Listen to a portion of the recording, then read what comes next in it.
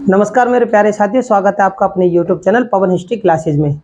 साथियों, यह मेरा मौर्य साम्राज्य का टॉपिक 10 है, क्योंकि मौर्य साम्राज्य अपने आप में बहुत बड़ा साम्राज्य है, तो एक दो चार वीडियो में ये कवर नहीं हो सकता। ठीक है, तो ये मेरा टॉपिक 10 है। वीडियो को बिना देरी करते हुए शुरू करेंगे। शुरू करने से पहले एक छोटी सी गुजारिश कि अगर वीडियो आपको पसंद आए तो इसे लाइक, शेयर और मेरे चैनल को सब्सक्राइब करना ना भूलें।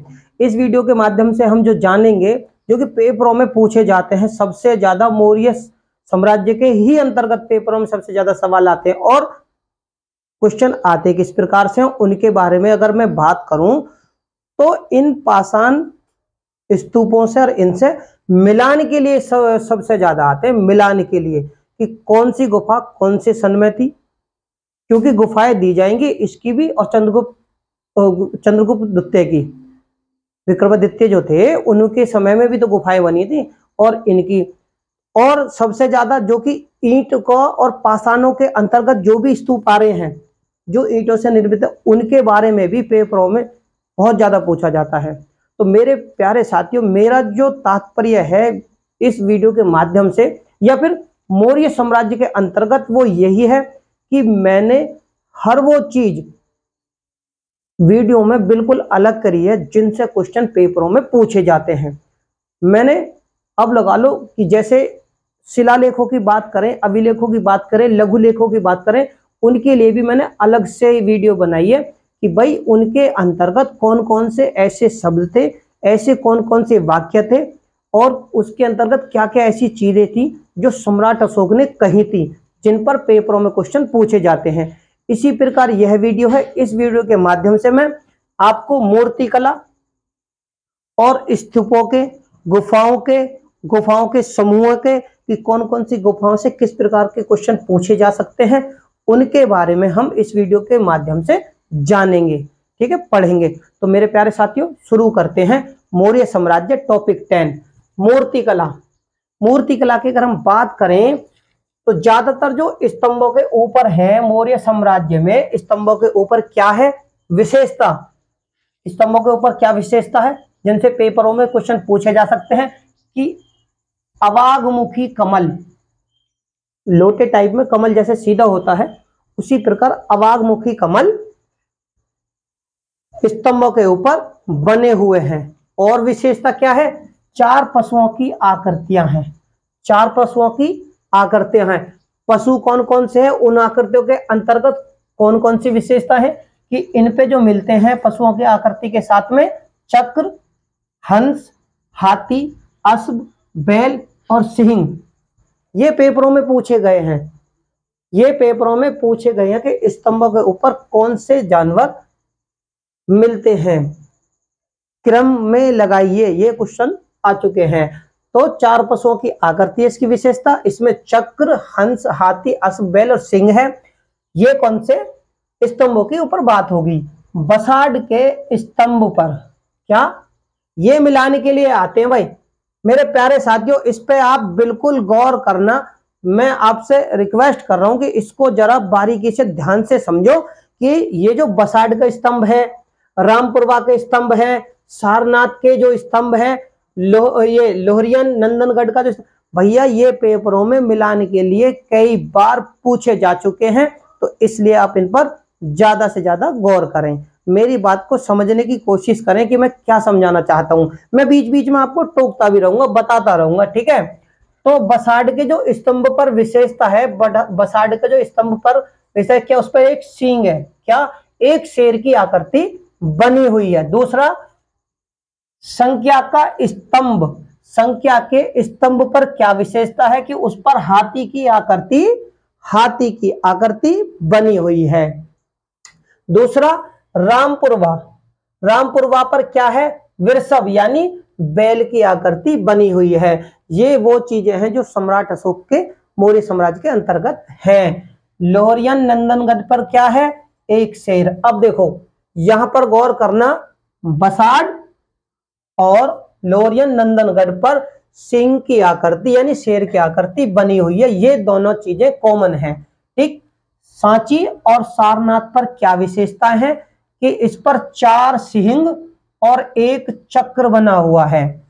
सांची और सारनाथ की विशेषता है, स्तंभ की जो विशेषता वो ये कि इस पर एक साथ 4 शेर पीठ सताए बैठे हुए हैं और एक चक्र बना हुआ है। चक्र की पहचान क्या है?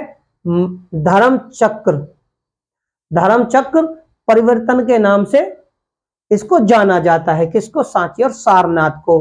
रामपुरवा के स्तंभ से हमें क्या मिलती है कि इस पर देखो, रामपुरवा यहां पर एक बैल है, लेकिन एक और रामपुरवा से क्या है कि एक नटुआ यानी छोटा बैल, एक छोटा बैल, और वो भी किस चीज में?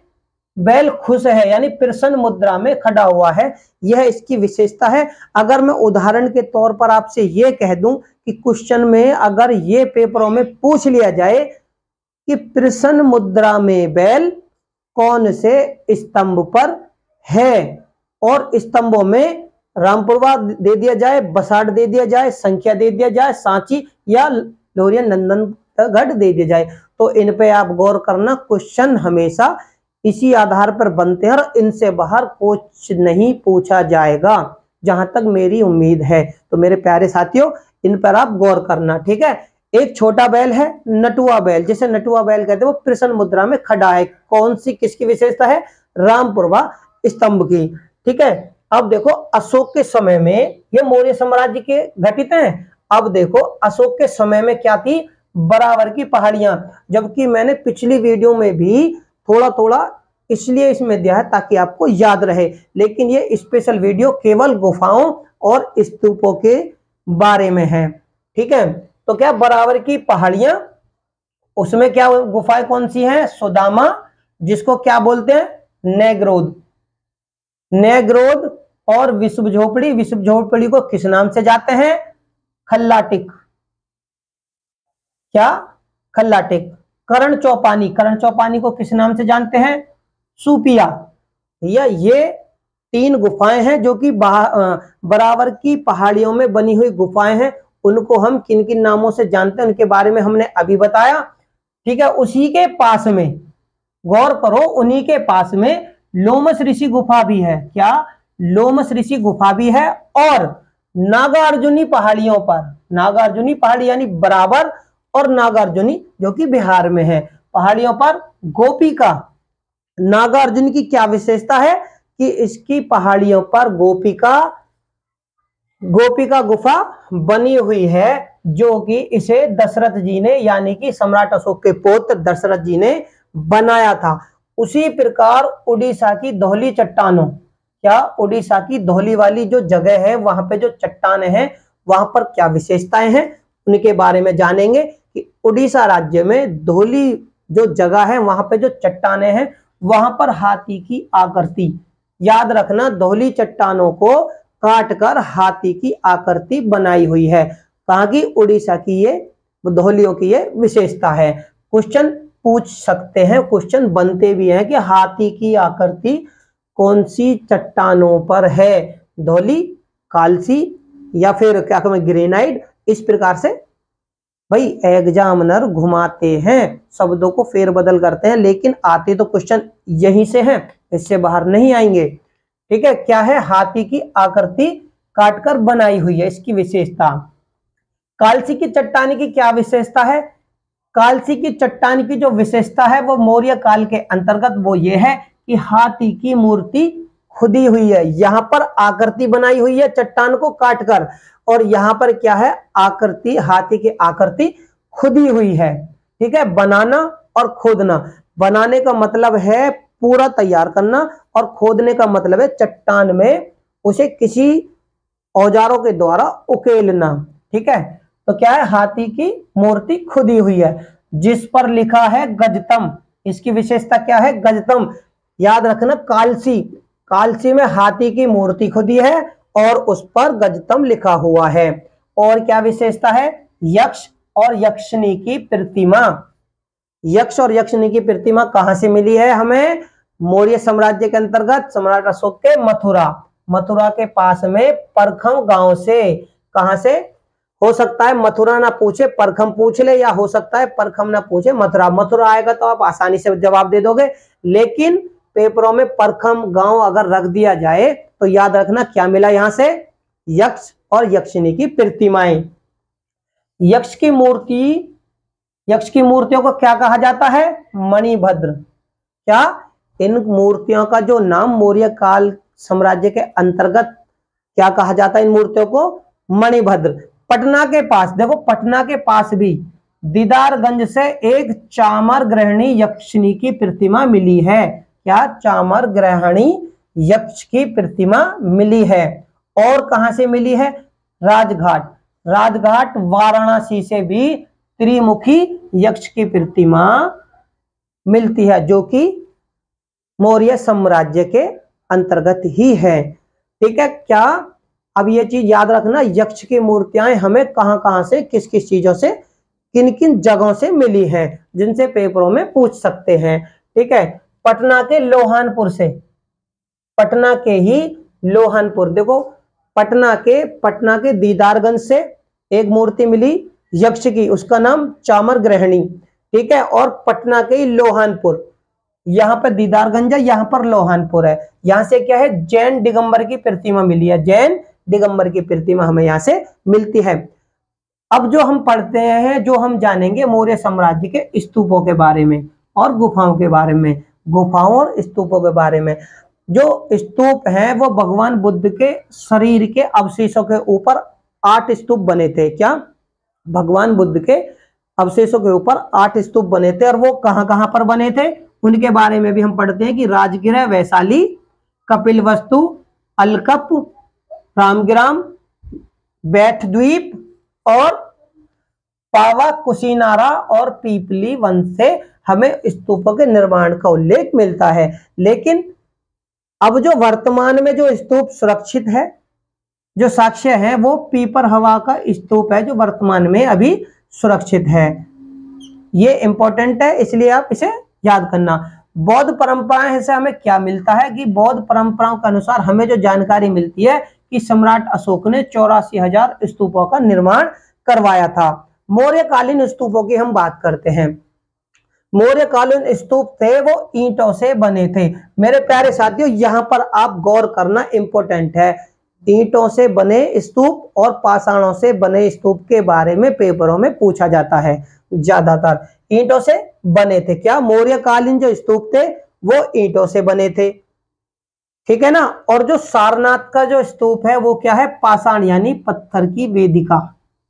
ये क्या है, यहां से क्या मिलता हमें, सारनाथ से पाषाण वेदिका से।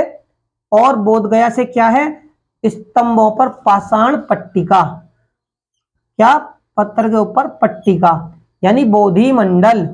ये कहां से हमें मिलता है, बोधगया से हमें क्या जानकारी मिलती है, बोधगया से जानकारी मिलती है स्तंभों के पाषाण पट्टिका और सारनाथ से पाषाण वेदिका। वेदिका मतलब पत्थर की वेदिका, एक तरह से जो हवन वेदिका होती है ना, उसी तरीके की यहां से हमें सारनाथ से पाषाण वेदिका, पत्थर की वेदिका मिलती है। बोधगया से स्तंभों की पाषाण पट्टिका मिलती है। सांची का स्तूप के बारे में हम जानते हैं कि इसकी क्या विशेषताएं हैं। सांची का स्तूप रायसेन जिले के, मध्य प्रदेश राज्य के रायसेन जिले में मिला था। ये एक बड़ा, यहां से क्या मिलता है, एक बड़ा स्तूप, 2 छोटे स्तूप मिलते हैं। क्या, यहाँ की विशेषता है सांची के स्तूप की कि यह रायसेन मध्य प्रदेश में है। यहां से एक बड़ा स्तूप, 2 छोटे स्तूप मिलते हैं। इसकी खोज कब की गई थी, तो 1818 ईस्वी में। कौन से, ये थे जर्नल रायलट ने इसकी खोज की थी।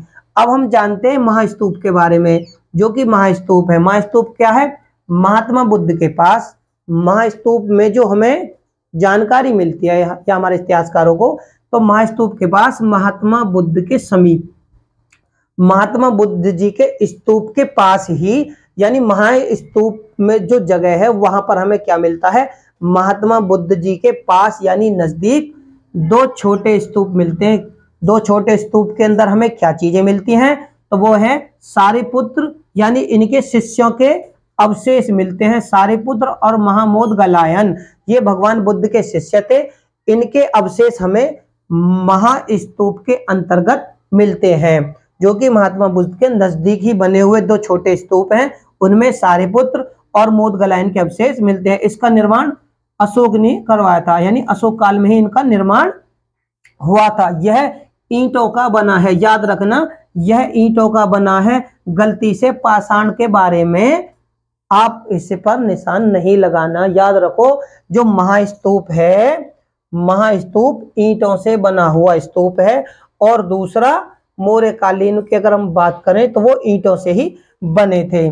ठीक है, इसके चारों ओर इसकी एक विशेषता और है महास्तूप की, इसके चारों तरफ काष्ठ वेदिका यानी लकड़ी की वेदिका भी हमें मिलती है। कौन सा स्तूप हो गया? ये महास्तूप। भरहुत का स्तूप, भरहुत के स्तूप का विशेषताएं क्या है मौर्य कालीन, इसके बारे में हम अब जानेंगे कि यह मध्य प्रदेश के सतना राज्य में, मध्य प्रदेश राज्य के सतना जिले में है। इसका निर्माण भी अशोक जी ने करवाया। इसकी जो खोज की थी वो किनिंगम महोदय जी ने की थी, और कब की थी? 1873 ईस्वी में की थी।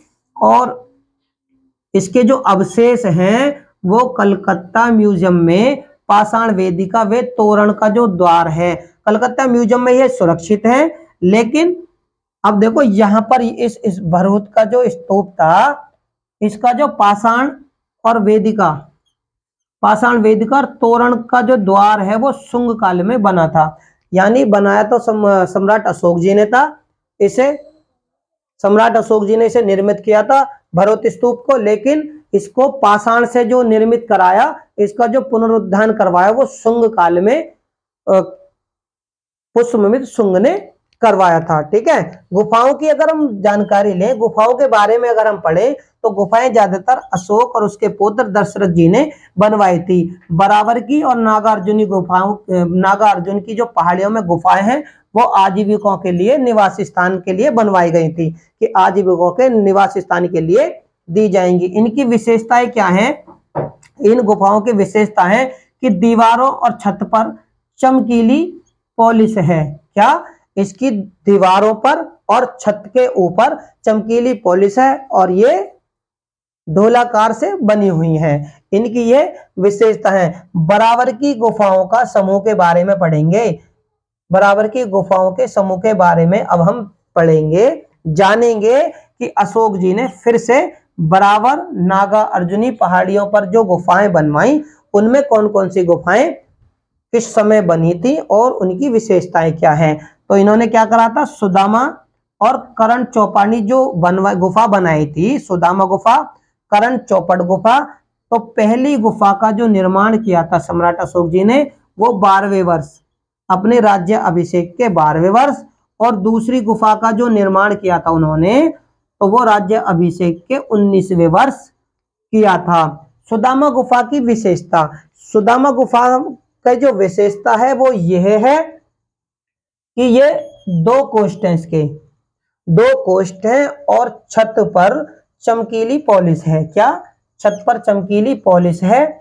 ठीक है, और ये गोलाकार में बनी हुई है। दशरथ जी ने क्या करा है? दशरथ जी ने लोमस ऋषि गुफा बनवाई थी। क्या? लोमस ऋषि गुफा दशरथ जी के द्वारा बनी थी। इसकी विशेषताएं क्या है गुफाएं की? ये पेपरों में पूछी जा सकती है, इसलिए मैं नहीं चाहता कि आपसे कुछ भी चीजें पेपरों में छूट जाएं। जैसे लोमस ऋषि गुफा में कोष्ठ और अंडाकार, क्या? कोष्ठ और अंडाकार, कोष्ठ और अंडाकार क्या है? दशरथ जी ने लोमस ऋषि गुफा में कोष्ठ और अंडाकार, और इस पर क्या विशेषता है? 2 पंखों के ऊपर खड़े हुए स्तंभ हैं। 2 पंखों के ऊपर जो परखे हैं उनके ऊपर खड़े हुए स्तंभ हैं। मेहराब बनी हुई है इसमें, और हाथियों की आकृतियां हैं। क्या है? हाथियों की आकृतियां हैं इसमें। और पूजा प्रारंभ, हाथी जो क्या है वो पूजा करते हुए दिखाए गए हैं। हाथियों की जो आकृतियां हैं वो पूजा करती दिखाई गई हैं। समूह की चौथी गुफा, क्या? समूह की चौथी गुफा की विशेषता, जो चौथी गुफा है उसको क्या कहते हैं? विश्व झोपड़ी भी कहते हैं। यह इसकी विशेषता है। जो समूह की चौथी गुफा है उसको विश्व झोपड़ी भी कहते हैं। अब हम जानेंगे नागार्जुनी गुफाओं के बारे में। क्या? नागार्जुनी गुफाओं के बारे में। ये जो नागार्जुनी गुफाएं जो कि मौर्य साम्राज्य के अंतर्गत है, ये 3 गुफाएं हैं। नागार्जुनी की गुफाएं 3 गुफाएं हैं। वो कौन कौन सी गुफाएं, उनके बारे में जानते हैं। नंबर 1 प्रमुख गुफा जो है उसकी वो है गोपिका। गोपिका गुफा सबसे प्रमुख गुफा है। ठीक है, इसको दशरथ जी ने राज्य अभिषेक, अपने राज्य अभिषेक के समय बनवाया। क्या? इन गुफाओं को दशरथ जी ने अपने राज्य अभिषेक, जब दशरथ जी राजा बने थे उसी वर्ष इन गुफाओं का निर्माण इन्होंने किया था। तो पहली गुफा गोपिका गुफा है। दूसरी गुफा की अगर हम बात करें तो उस गुफा का जो नाम है वो वहीयक। दूसरी गुफा का जो नाम है वहीयक है। और तीसरी गुफा का क्या नाम है? वडघिक। वडघिक गुफा, याद रखना। तीसरी गुफा का नाम क्या है? वडघिक गुफा। और राजगृह से 13 मील की दूरी पर, ये राजगृह है, और इससे 13 मील की दूरी पर एक क्या चीज है? 13 मील की दूरी पर सीतामढ़ी गुफा है। सीतामढ़ी गुफा यह पहाड़ी पर नहीं बनी हुई। क्या? इसकी विशेषता नोट करना, मैं बार बार कह रहा हूं कि इसकी जो विशेषता है सीतामढ़ी गुफा की, कि यह पहाड़ी पर नहीं बनी है, यानी कि ये पहाड़ी पर नहीं बनी है, यह ग्रेनाइट की शिलाखंड पर खुदी है। क्या? शिलाखंड पर खुदी है। किसकी? ग्रेनाइट की। यहां पर याद रखना क्या है? ग्रेनाइट की शिलाखंड पर यह गुफा खुदी है। तो मेरे प्यारे साथियों, मैंने मौर्य साम्राज्य के अंतर्गत जितने भी मूर्तिकला या फिर स्तूप या फिर गुफाएं या गुफाओं के नाम, जो भी महत्वपूर्ण या गुफाएं किन किन चीजों से, पाषाण से या ईंटों से निर्मित थी, उनके बारे में हमने जाना, क्योंकि पेपरों में इनसे बाहर कुछ नहीं पूछा जाएगा।